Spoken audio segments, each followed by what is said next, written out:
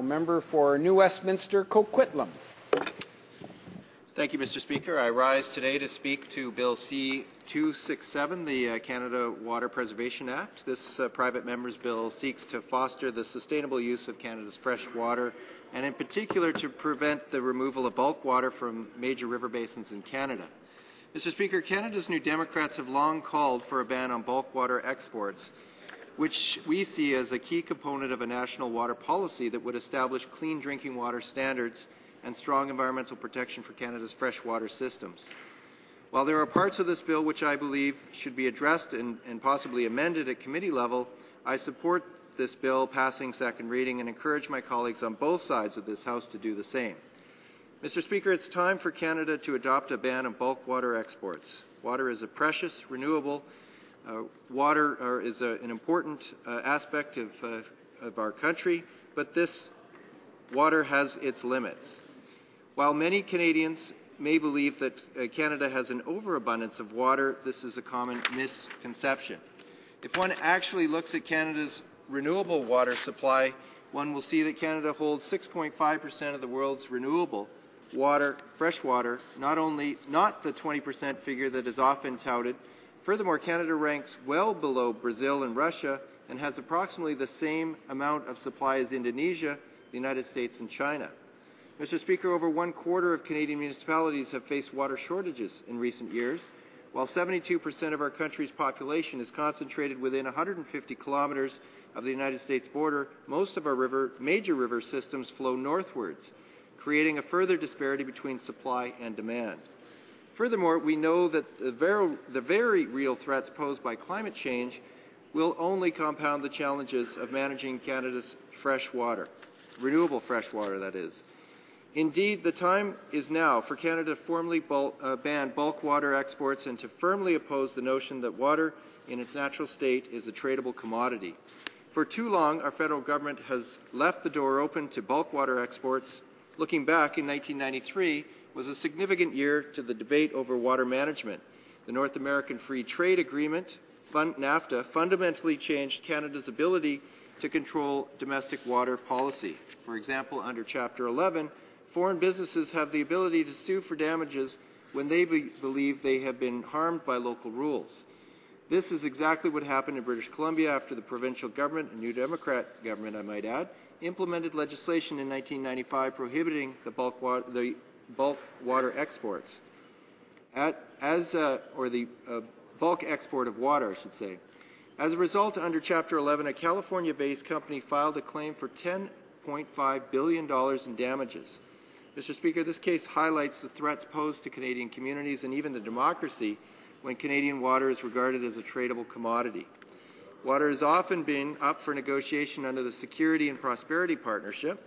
There is a strong push towards North American energy integration, which includes water.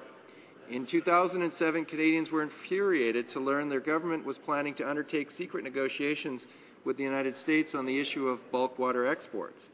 Because of the public outcry, the government backed down on the negotiations, and then Environment Minister, the Honourable Member for Ottawa West Nepean, stated that, quote, "The Canadian government has no intention of entering into negotiations behind closed doors or otherwise regarding the issue of bulk water exports," unquote. Mr. Speaker, I hope this remains the case today because Canadians are still overwhelmingly opposed to Canada allowing bulk water exports. In fact, 66% of Canadians expressed support for a ban on bulk water exports. This is why in 1999 the House of Commons adopted a New Democrat motion to place an immediate moratorium on bulk water exports and to introduce legislation to formalize a ban.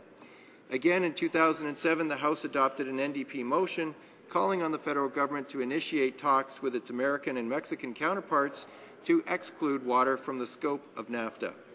In 2010, members of the House will recall that the government introduced its own legislation to ban bulk water exports under Bill C-26. While the bill was inadequate for a number of reasons, it did not progress beyond first reading.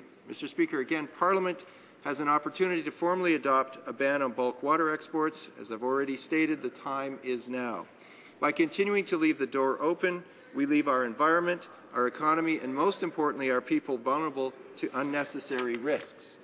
As Andrew Nikiforuk, stated in a 2007 publication, quote, "Exporting water simply means less water at home to create jobs and less water to sustain ecological services provided by rivers, lakes, necessary for life," unquote. He talks about the concept of virtual water, which is the water used to support the export of other Canadian products such as cattle, grain, automobiles, electricity, wood, and of course oil.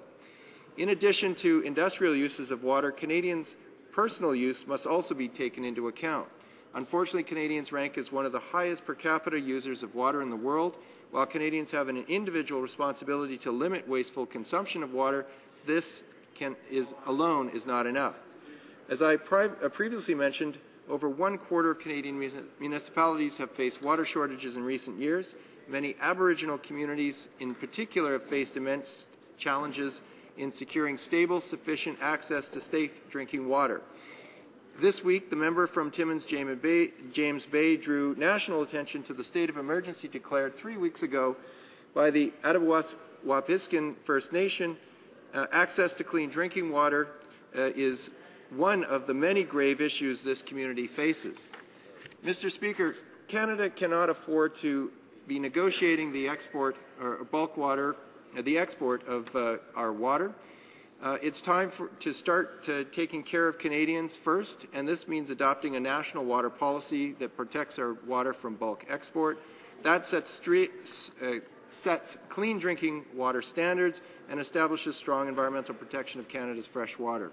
I call on the government to respect the will of Parliament as expressed in 1999 and 2007, and to respect the opinion of the majority of Canadians by lending its support to legislation banning the bulk export of water. Canadians recognize the value of fresh water and are not prepared to allow water to be traded away as we do with other resources. Mr. Speaker, I will be voting in support of Bill C-267 and urge all members of the House to do the same so that it can be given a thorough examination by the Standing Committee on Environment and Sustainable Development. Thank you, Mr. Speaker.